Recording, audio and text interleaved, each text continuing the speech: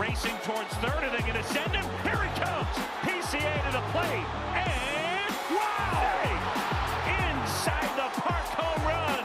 Pete Crow Arms. As there's a drive in a deep left field by Castellanos, it will be a home run.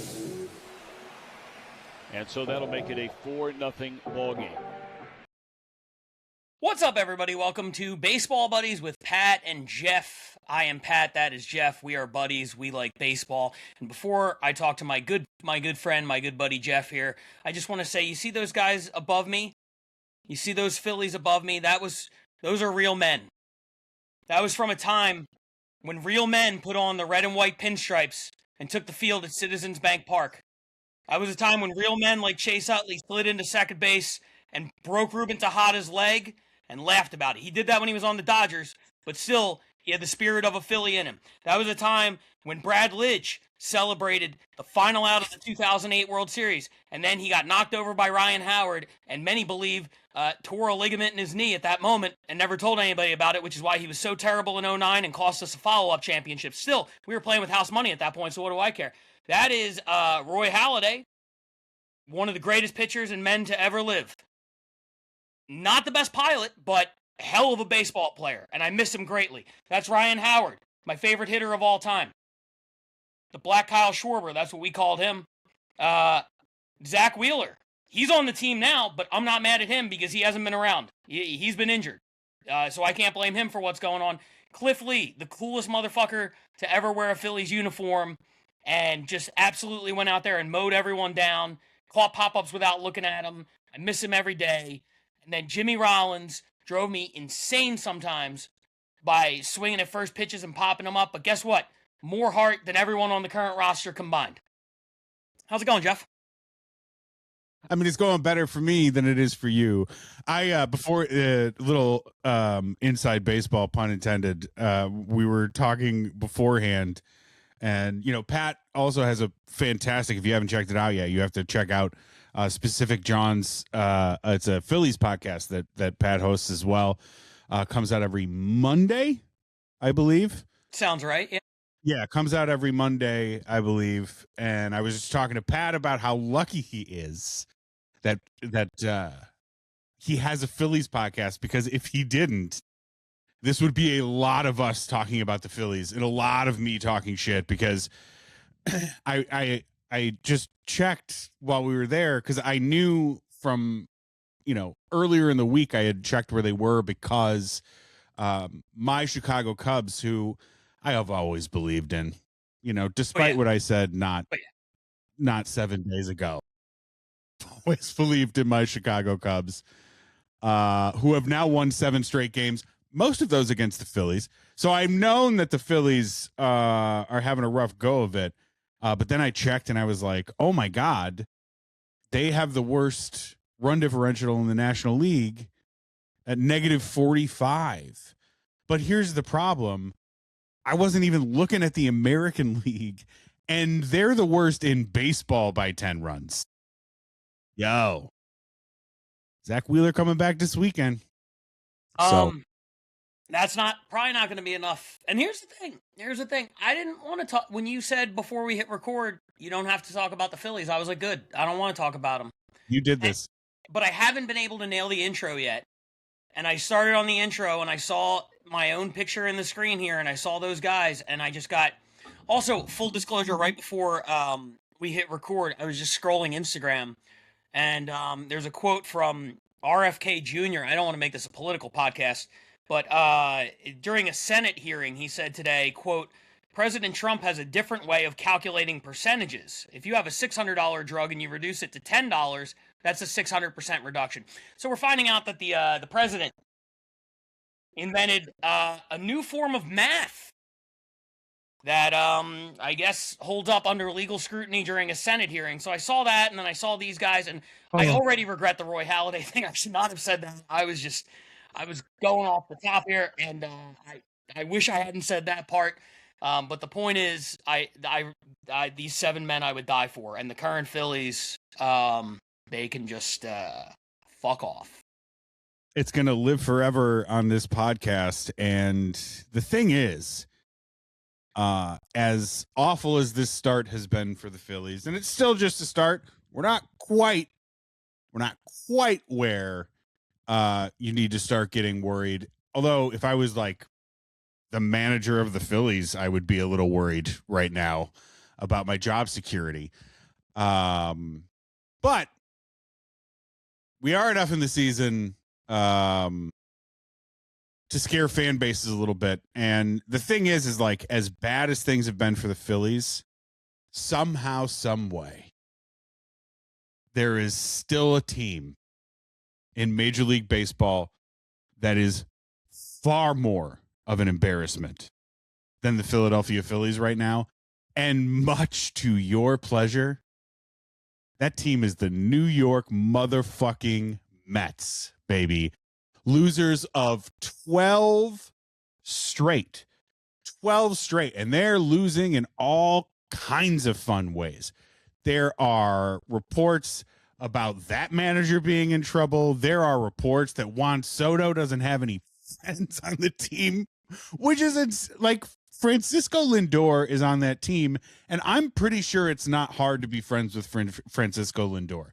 I'm not saying I could send him a DM and be like, hey, Francisco Lindor, do you want to be friends? But I bet if I worked in the clubhouse, he would know my name and he would ask about my kids and those sorts of things. Like, I don't think it's hard to be friends with Francisco Lindor. Maybe now it is. Maybe he's grumpy because he's been a Met for so long and he's wondering why the fuck he didn't just stay in Cleveland next to Jose Ramirez. But here we are. We're again, it's still technically it's still early in the season, but 12 straight games with that fucking payroll. Pat, give me anything. Go ahead. I mean, I just want to thank the baseball gods for the gift that is the New York Mets. Really, I mean, just stupendous work all the time, every year. It's the gift that just keeps on giving. Whether they're good but not quite good enough, great for 5 months and then collapsed the last month of the season, just straight up putrid, or a massive disappointment with regards to the payroll and the talent level on the team and everything like that. They find a different way to do it every year, and in a year where my team is doing everything at an unacceptable level, they are just inept at everything. The Mets are there to be a little bit worse at all of those things. And it's the only thing that's got me sane at all as a baseball fan at this point, is I look at it and I'm like, well, at least we're not the Mets. Look, some of this, there's enough blame to go around, which is always like a great thing about the Mets too. It is never just one person you could point to. It will be the manager that they point to, and then the hitting coach, and all those guys will get thrown into the wood chipper one by one and replaced by other guys who are part of an organization that just has stink all over it. It is, if we're going to sit here and praise Steve Cohen for spending all this money, we have to at the same time, acknowledge that it was spent in some of the most mind-bogglingly stupid ways you can imagine. We talked about how dumb that Bichette contract was. He can opt out after this year and basically get $60 million for 1 year. 1 year of Bo Bichette is going to cost you like $60 million because of luxury tax implications. That's crazy. You gave Juan Soto more total money than Shohei Ohtani. That's crazy. Lindor at $325 looks like a bargain. You had your all-time home run leader and the face of the franchise and the most likable player on the team, Pete Alonso, and you kicked him to the curb. You told him to fuck off. You're like, we don't want you anymore. We would rather just sign every mediocre second baseman we could find and then figure out a different position for them later. You got everybody playing out a position. There's no rhyme or reason to the roster. None of it makes any sense.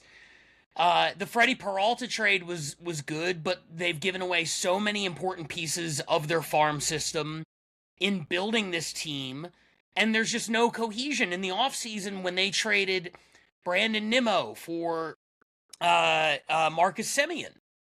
That was supposed to be because, there were all these clubhouse issues. There were all, you know what I mean? Like, that's what you were hearing. Like, Nimmo didn't get along with Lindor and yada, yada, yada. You're not even a month into the new season, and your overhauled clubhouse that was maximized for chemistry is publicly worse than it was last year. I just have to, I can only sit back and applaud. It takes a special level of stupid to make these kinds of mistakes. And then the players deserve tons of blame too. Lindor is in the field playing like an MLB The Show guy with the controller unplugged. He's just not running the bases. He's like forgetting to field the ball or throw the ball. Soto has been injured. The offense isn't doing anything right. Obviously, there's some bright spots. I went to see the Mets when they were in town like a week ago to play the Dodgers, and Nolan McLean pitched, and he looks outstanding. He's great. They still have a lot of talent, but it has been as bad of a start as I've ever seen for a team that is expected to be good. Yeah. Just to go over a few of the offseason moves that you mentioned.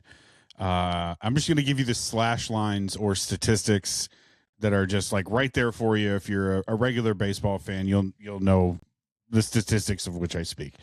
Bo Bichette right now hitting .219 with a .255 on base percentage and a .281 slugging percentage. Marcus Semien, .225, .292, .300. Jorge Polanco, 179, .246, .286. Let's move over to the pitching side. We let Edwin Diaz go, which looks great because there's loose bodies in his elbow. That's my new favorite injury for pitchers, is there's loose bodies, which just means that he's going to get Tommy John at some point. But they call it loose bodies. They got to get him out of there. Anyways, they replace him with Devin Williams. Devin Williams' ERA right now is 9.95.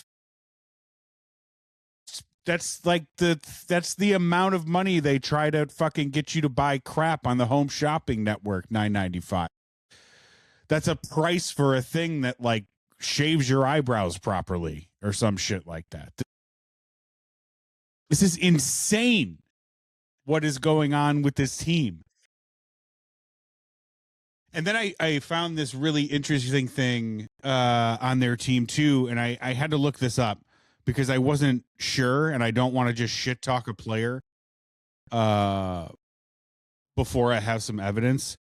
But let me tell you something. I did not know that one Tommy Pham was on this roster.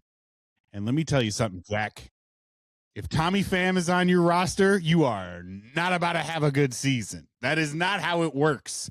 All right, here's Tommy Pham's last year. He was with the Pirates for 120 games. That wasn't good. Then he was with the Royals. He was with the Royals, the Cardinals, and the White Sox in 2024. 2023 with the Mets and the Arizona Diamondbacks. Nothing works out when Tommy Pham is on your roster. At least it hasn't since 2018 when he left the Cardinals. So I should have known as soon as I saw Tommy Pham on a roster, that was bad news. Bad news for the New York Mets. I think generally you're right. However, I would like to point out, as someone who went to Arizona for the 2023 NLCS, Tommy Pham went to a World Series in 2020. It didn't work out for the Mets so You're totally much, right. but You're totally right. he was a good deadline pickup for the Diamondbacks. But generally speaking, I agree with the point. And I feel like he is, from an energy perspective, the guy who most represents like a team like collapsing. Like when he slapped Jock Peterson over fantasy football, I'm like, that man is destined to lose some important games for the New York Mets before his career is over. And this is his second stint of doing it. So, shout out to him. This team has been crazy for a while because what's going on with them recently in this like star chase mode that they've been in. The wild thing, and I feel like we talked a little bit about this before the season, but the wild thing about how they put this roster together is they bring in like all the second basemen to play all the positions to replace Pete Alonso, which is just like the thing you could have done.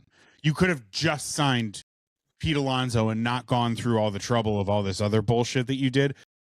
And part of that is because the development successes are guys that had major league success, or the exciting players that potentially could have success for you all play those positions, right? So you would have had Alonso and Lindor, and then at third base, you could have had a platoon with Beatty and Vientos, both of whom have shown some success in the major leagues. That would have been way cheaper and made way more sense, and nobody would have batted an eye. At second base, you could be playing Ronnie Mauricio right now, who is at least an interesting 23-year-old who hits the fucking shit out of the ball. Like, there are different things they could have done to accomplish the same stuff, and it's like they don't ever want a prospect to do things. And then this year, the one prospect they are giving an opportunity to, Carson Bench, is hitting under 200 right now. So that's not even a successful thing. Like, they have no handle. They have no handle on how talented anybody is in their organization. And so the way they make up for that is they go and buy stats. They go and buy stats in the offseason. They go and buy, trade for stats in the offseason. They give up way more than they need to for stuff like that. Even the Freddie Peralta trade, which, I love Freddie Peralta. He's a really, really good pitcher. I really like him and all that stuff.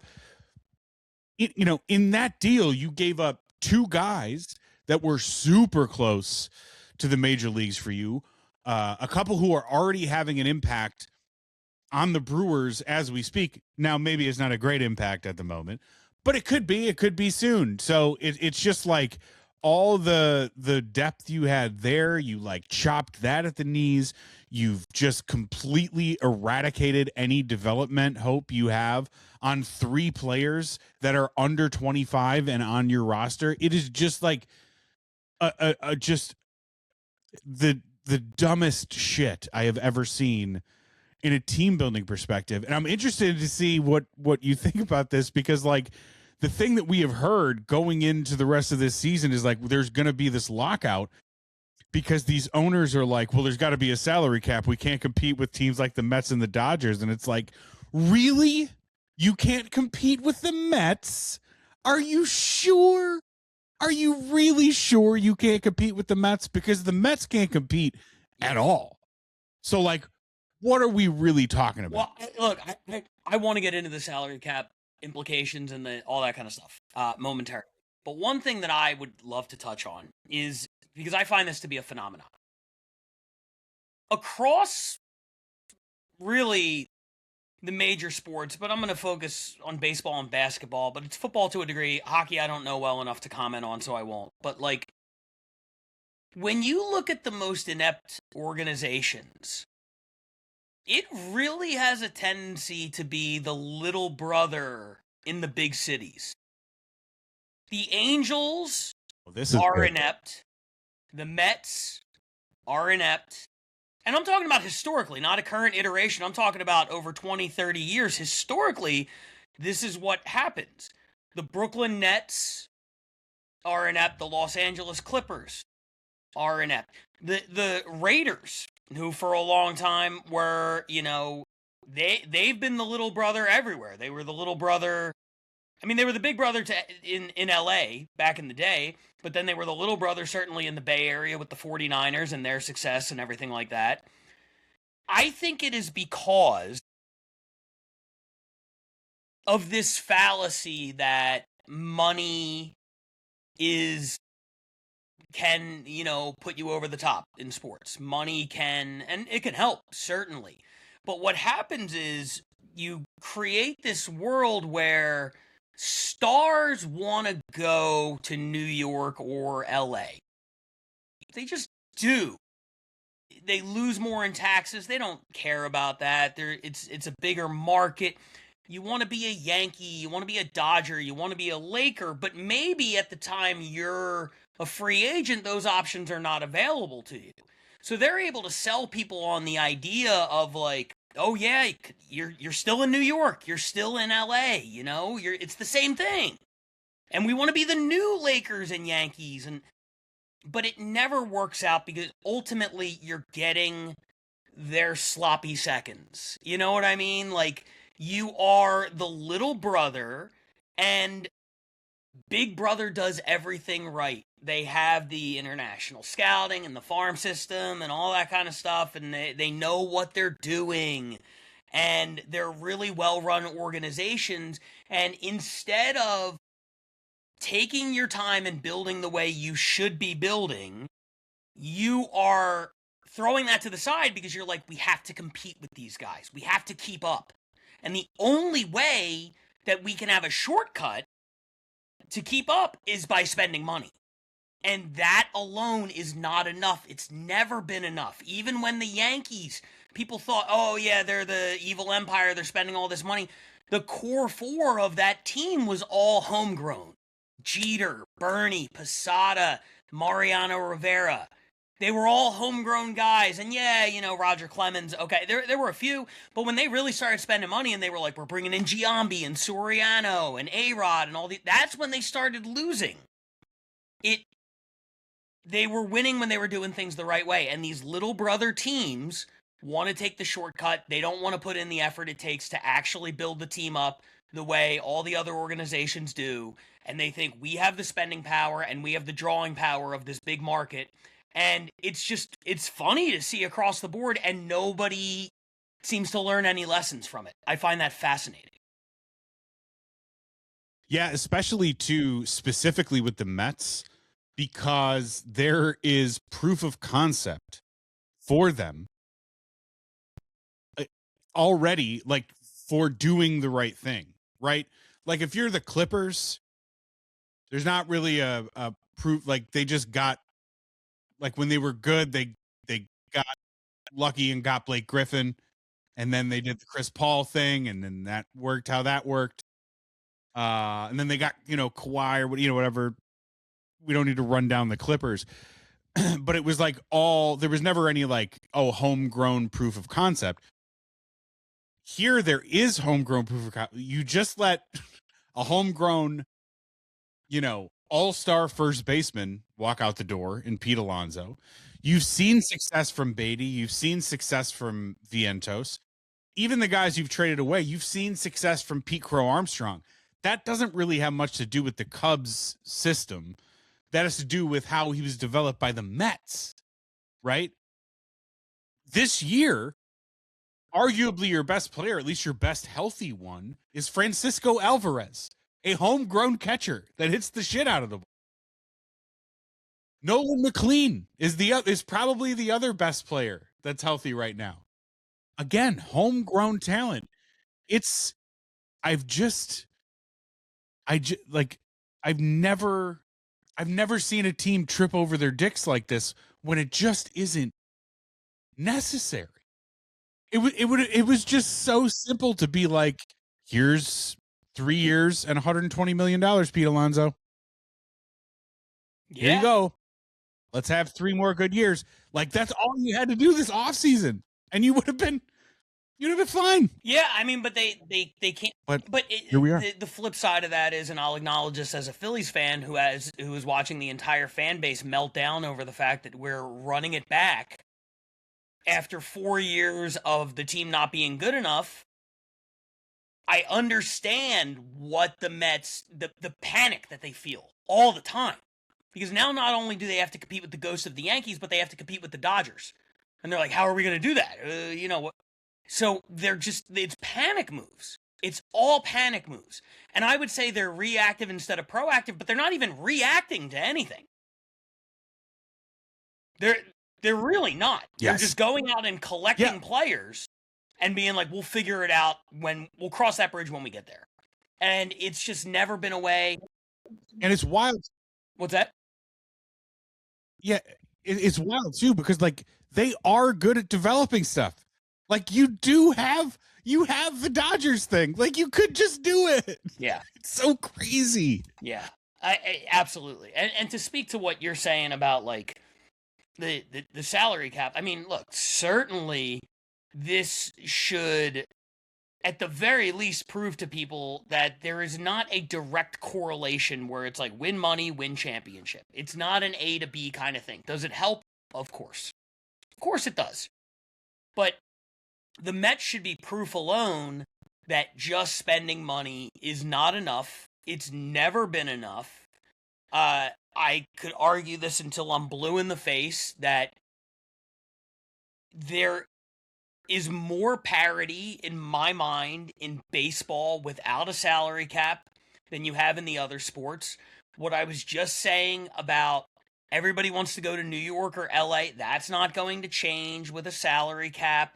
That is going to continue to be the same thing. If anything, you would just be rewarding the Mets and being like, look, you're probably still going to get a lot of free agents because people want to play in New York. We're just going to keep you from being stupid with your money. We're going to protect you. So I really don't see kind of the benefit in it.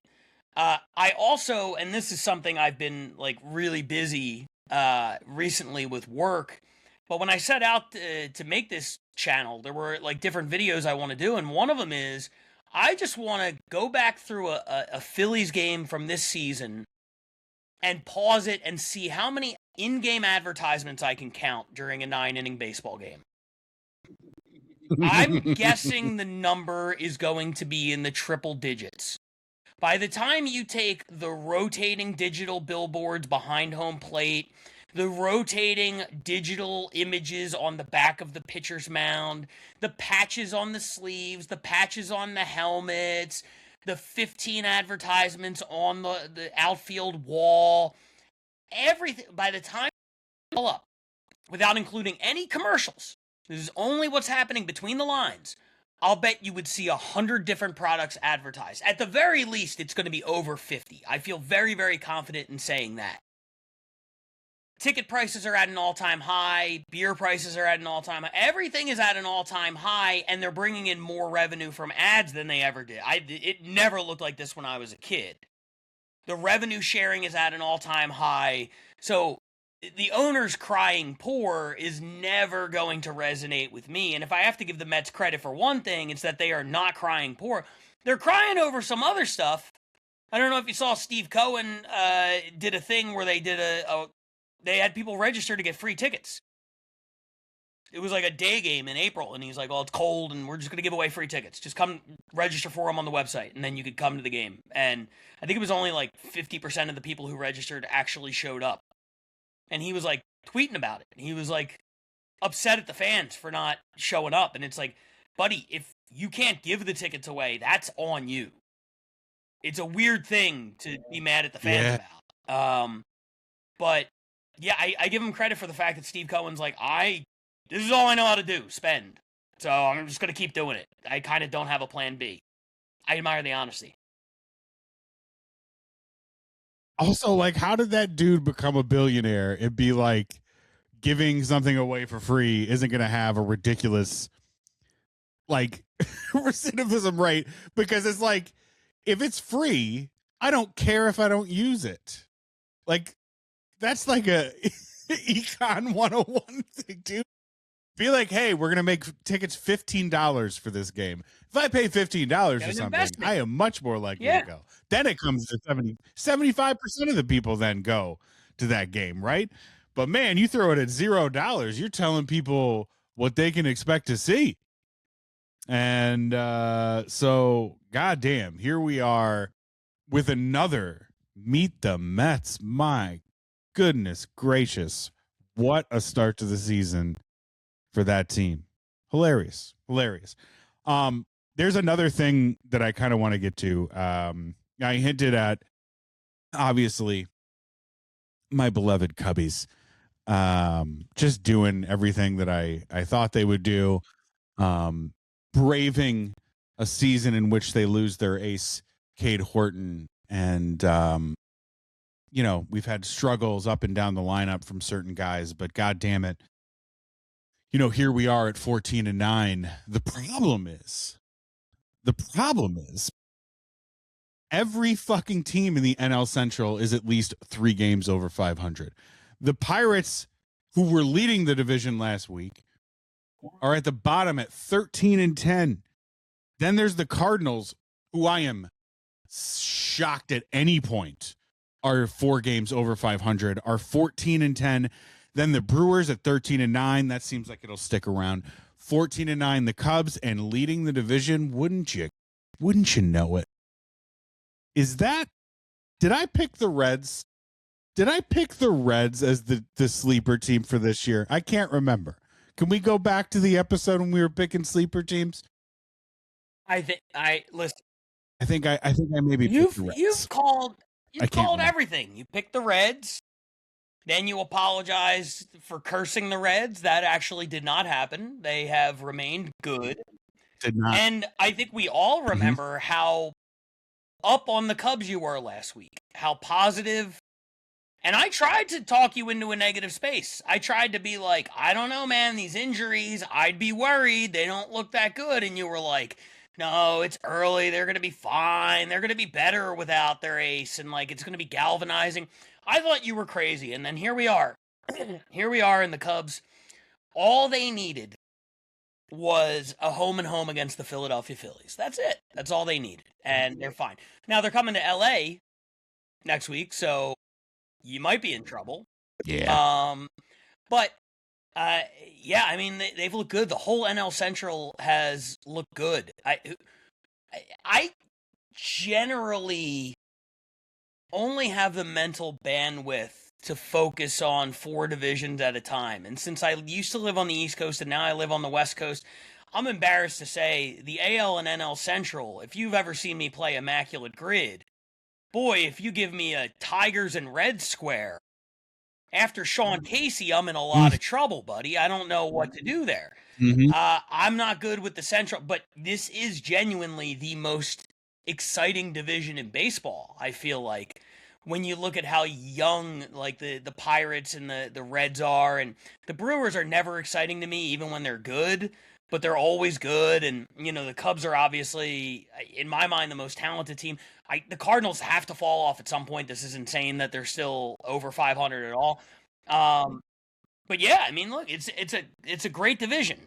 And the good thing is with 3 wild card teams, I think you might end up seeing 3 Central teams in the playoffs, which is wild because I think everybody came into this season thinking like, oh yeah, Phillies, Mets, Braves, probably 2 of them, and then, you know, maybe the Giants or somebody if the Padres can be good, and the Padres have been great, but you know, right now that Central is looking tough.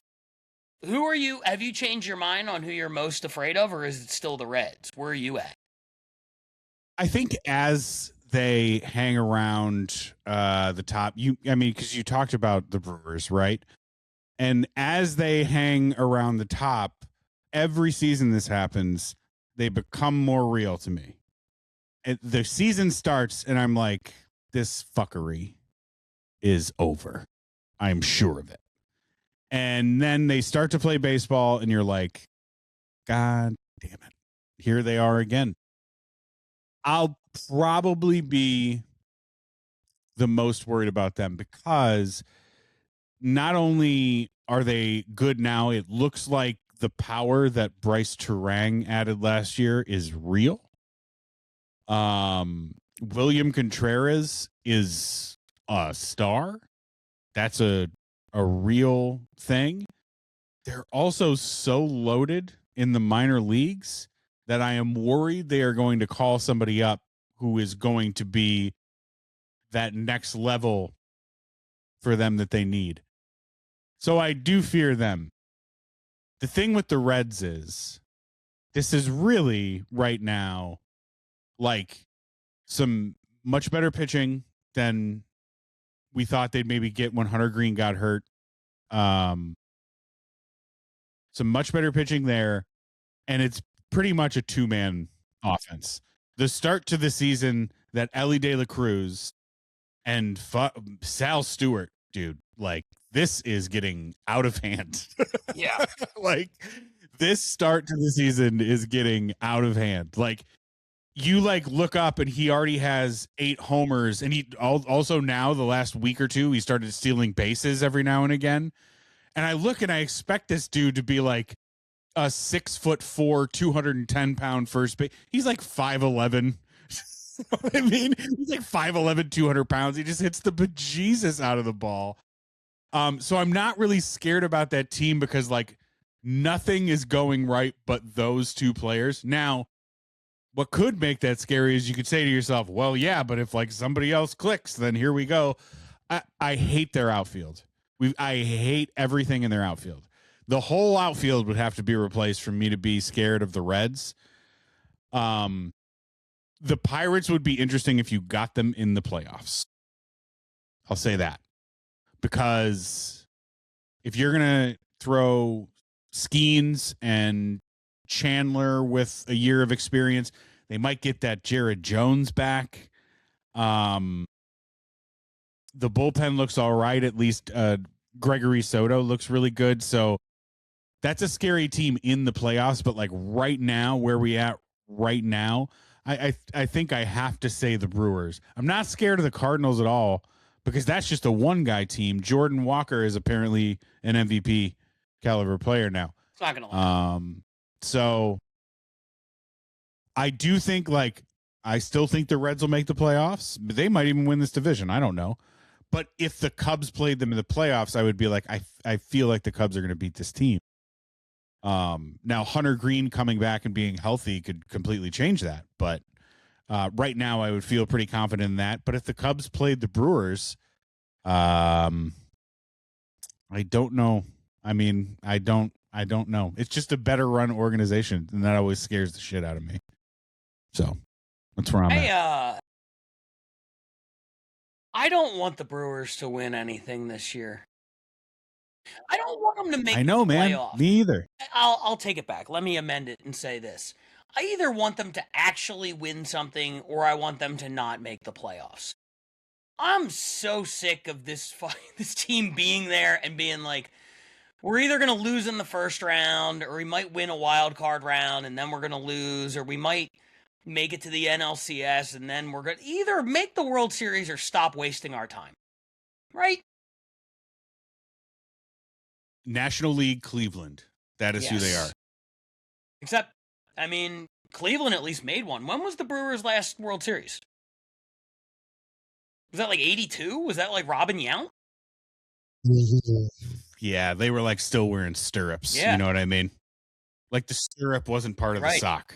It was like an actual other item of clothing still when They they had made time since their last World Series to get rid of their logo, replace it with a terrible logo for like 2 decades, have everybody yearn for the old logo, bring the old logo back to the point where it's not even new anymore, and they still haven't gotten back to the World Series. So I would love to see them either do something this year or MLB to step in and put a ban on it and just be like, no, you're taking a year off. We don't like this. This is ridiculous. Yeah, I can't keep doing this because I feel like what the Brewers' job is to beat a team in the first round of the playoffs that could maybe give the Dodgers a run in the championship series. Right? Like the Dodgers are better than the Cubs. I know this, we all know this. But if the Cubs were in the NLCS against the Dodgers, I wouldn't necessarily be like, this is going to be a fucking sweep. Because the Cubs, they have a lot of the type of annoying bats that the Dodgers have had trouble with over the year. Like Nico Horner, who by the way, all of a sudden is a power hitter. I've noticed. Nico Horner is, Nico Horner is annoying as shit. Alex Bregman, for as slow as he started the season, he's an annoying type of hitter that's going to put the bat on the ball. This Moises Ballesteros kid, who I was worried about coming into the season, seems to be very good. And so they just have the sort of lineup that usually annoys that team.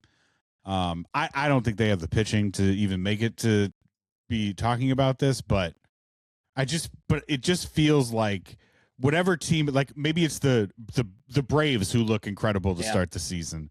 It feels like the Brewers play the Braves in the first round, and they beat the Braves to go on to play the Dodgers, and then just get their asses kicked by the Dodgers. When it's like, no, I would have rather seen the Braves take a shot at the Dodgers. That's a much more likely scenario that we get the outcome we're looking for.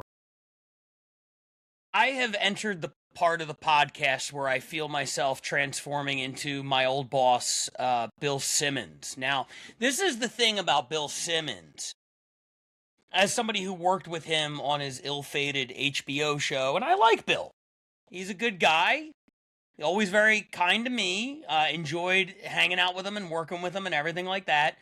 But there were times where, for instance, anytime Bill talked about baseball, it was like, you don't watch baseball. I know that.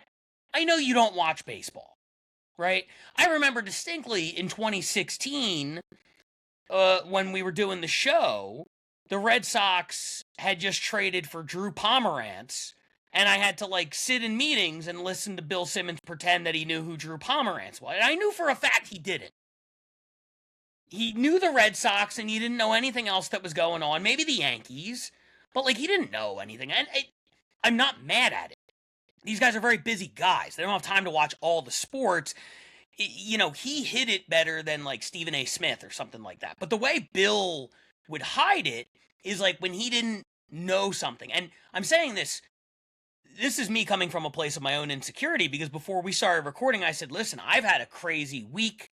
My last week, I worked 3 days on the Kevin Hart roast here in LA. I worked 2 days out in Vegas on BattleBots. I roasted my dead friend at his funeral. That's a real sentence. It's a real thing that happened. This has all happened since the last time we hit record on this podcast. I have not watched a lot of baseball. I just pop in and see that the Phillies still stink, and I keep it moving. That's been my baseball experience over the last week.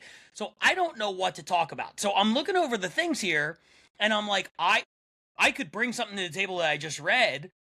But I found myself wading into Bill Simmons territory there, where I'm like, you know what Major League Baseball should do? They should ban the Brewers from the playoffs.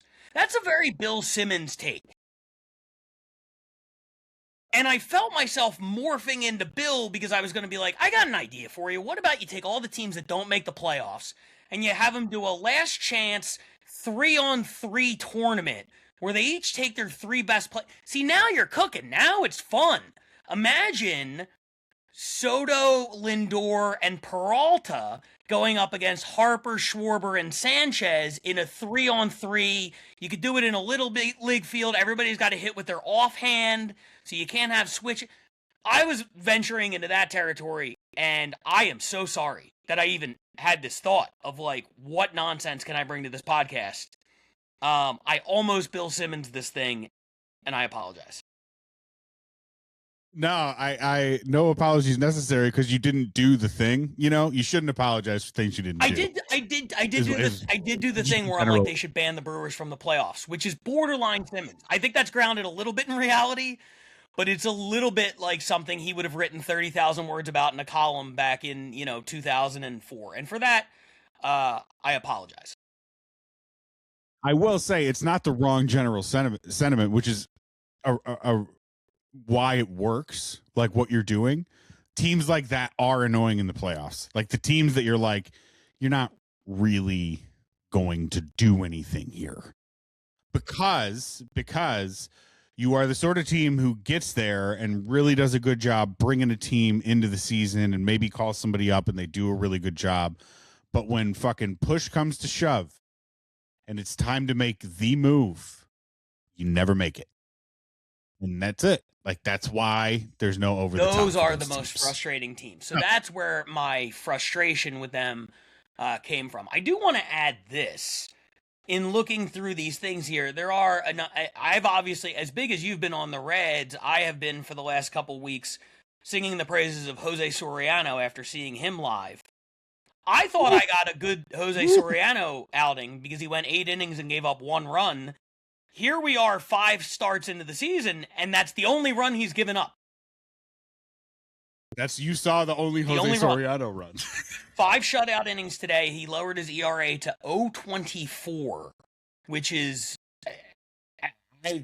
I don't remember ever seeing a pitcher start this hot. I don't have the historical context, but I would imagine it's been a while since a guy 5 starts in was at 024. So shout out to him. No. I do want to also. Oh, and you got to give him all the credit too, because he's on the Angels. There's no fucking way they were like, why don't you try this with your? No, he did that all on his own. If anything, a coach is going to be like, oh shit, I have an idea, and then you'll know because that's when he's going to start getting shelled. The Mets, as we speak right now, are tied 2-2 in the 8th, and I was just kind of tracking the box score, and then I went to news, and I didn't realize this until right now. On the night that they welcome back Juan Soto from the injured list, Francisco Lindor leaves the game with left calf tightness, running the bases and scoring their go-ahead run, their second run. It just feels like this team is really cursed and snake-bitten. I know we already talked about it at length, so we don't have to revisit, but I just want to throw that ember onto the pile. Can we just talk about like how all of a sudden over the last, it feels like only 2 years, that when you hear left calf tightness now, you're just like, oh no. Like, it feels like that used to not even be an injury. And now it's like, if they say left calf tightness, we are counting down the days until your Achilles snaps from your fucking ankle. It's wild, dude. Achilles were not a thing 30 years. I swear to God, Yeah. Nobody ever mentioned the Achilles. Once in a while, somebody would have an Achilles rupture, and it's like, all right, well, we're going to take them behind the barn and shoot them. They're done. They're never going to walk again, let alone play baseball or basketball or whatever. And then all of a sudden, and again, not to invoke other sports, but Kevin Durant ruptured his Achilles and came back and was incredible. And all of a sudden, it's like everybody was hurting their Achilles and recovering from it, and it wasn't a big deal anymore. But you're right. When you hear calf tightness, it is the equivalent of forearm tightness for a pitcher right before Tommy John, UCL reconstruction, whatever. So I hope the best for Francisco Lindor. I like him. Despite the fact that he's a Met, he is by far, in my mind, the most likable Met on the current roster. And I want to root for him, but 100%. yes, calf tightness is very concerning. Yeah, all of a sudden, it's like one of the scariest. Like, he has to go on the injured list now. You can't even be like, he's day to day. It's like, not with that fucking injury, he isn't. No, sir. It's kind of like, and not that there's as serious of a long-term injury connected to the oblique, but it's the kind of thing where it's just like, you'd be insane to risk him with day to day with like a calf or an oblique or something like that. You just sit him down for 2 months. And you're like, let's try again. Then. Yeah. That's like the only way out of it. Pat, I have a question that just came up. Okay. So I checked the box score of the Cubs Phillies game, which is not going great for you. And I couldn't have noticed. So I was looking, I was like, wow, the Cubs have 6 runs. Who did they beat up on? And so I saw that they used an opener, somebody named Backus, probably you say it Backus. And then the second game, the person that person was opening for, here it says T. Walker. That cannot be Taijuan Walker. Is it? Is that who that is? The way he's pitching, I think it's former Boston Red Sox Todd Walker from the 2004 team. I think for some reason he is pitching for us based on the ERA in the 9s or whatever it's at now. Yeah, Jeff, that is Taijuan Walker. That is Taijuan Walker. Taijuan Walker in the final year of a 4-year, $72 million contract that, to say the least, has not gone great. Oh, 9.13 ERA. Oh my God. I will say, in defense, man. look, the last business I want to work in is the Taijuan Walker defense business. I have no interest in it. Okay. Yep. Just regarding Noted. today. Now, they used an opener because his ERA, and this is always very funny to me, when they're like, well, he really struggles in the first inning, so we're using an opener. It's like, he's still going to have a first inning. You understand that, right? Like, it's not like he's allergic to the number 1. Like, if he comes in the second, that's his first inning. So I didn't think that it would work. I guess you don't have to face the top of the order, which is nice. The one thing I'll say about Taijuan, and I turned the game off after the second inning because we had to record this, so I didn't see how he gave up the rest of the runs. He should have had an easy 1-2-3. The third batter hit a pop-up to center. Justin Crawford started calling it when he was 150 feet away from the ball.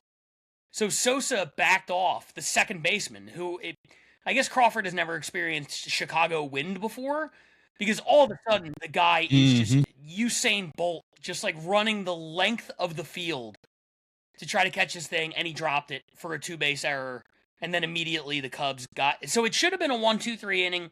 Maybe that caused him to implode, but even if you give him a pass for this one, the last 3.5 years is unexcusable. Zach Wheeler's coming back on Saturday, and then I hope that Taijuan Walker goes the way of Nick Castellanos. Just release him. Just get rid of him. Addition by subtraction. Not that the Castellanos thing has worked out for us at all, but it hasn't worked out for him either. Yeah, hasn't been going great for him either. Like, I mean, there is something to be said for a pitcher that in this day and age can take the ball every fifth day, which is probably the nicest thing I can say about Taijuan Walker at this point in his career. He's been a guy for a long time, back of the rotation guy, but man, when it starts to go wrong there, it's just over. There's, you know what I mean? It's just over. Yeah. So it's to be over. But here's the thing. That's one of those deals that I think for most educated baseball fans did not require a lot of, like, hindsight. He was never a $472 million guy at any point in his career. So, yeah, I mean, that was just really a poor signing from the jump. And, yeah, they never figured out a way to, like, unlock him either. Because 2023 was his first year, and he was, I remember, on that NLCS roster, and you couldn't put him on the field. He was useless. So I believe it happened almost back-to-back days when we were recording our old podcast, and we can wrap up after this. But just to, give a nod to how long we've been doing this, and this isn't even as far back as it goes. I am pretty sure back-to-back days, the Phillies signed Taijuan Walker to that deal, and on the same day or the day after, the Cubs signed Jameson Taillon to a very similar deal. Now, that one, to be fair to him, has worked out better than the Taijuan Walker deal. But it was like the same idea from the two teams, and they both kind of they were like, we really need somebody to just throw 5 innings. Meanwhile, it's so funny how different markets play out, because also today, we didn't talk about this, but Lucas Giolito finally signed. The Padres got him for 1 year and $3 million guaranteed.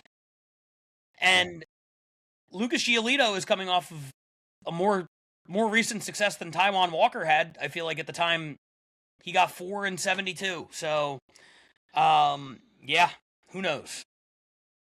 Yeah, why there's like, I don't know, 10 teams right now that I'm like, why did you not go 1 and 5? Like, what are we doing here? Like, why are we pretending like we all have so much pitching and none of it's ever going to get hurt? It's insane. It really is. So good on the Padres. That's a good deal. The Padres were the one team that already signed 8 starting pitchers. If anybody was justified in not getting Giolito, it was him. But they were like, well, we almost have the complete collection. We just need one more guy. All right. Phillies suck. Mets suck. Oh, the Mets just took the lead, 3-2. They're in the 9th inning. God, if the Mets win, Jeff, I have nothing. That was all I had. Well, I mean, Devin Williams still has to pitch, right? So you got that going for you. Again, there's no way. We'll see what happens. Yeah, you're right. They're the Mets. They might be sticking with Luke Weaver here in the 9th. We'll see. Anyway, we're going to stop recording now, and I'm going to go watch the Mets blow this game. Until next time, I'm Pat Barker. That's Jeff Suing. We're the Baseball Buddies, and we'll see you guys next week. Bye, everybody.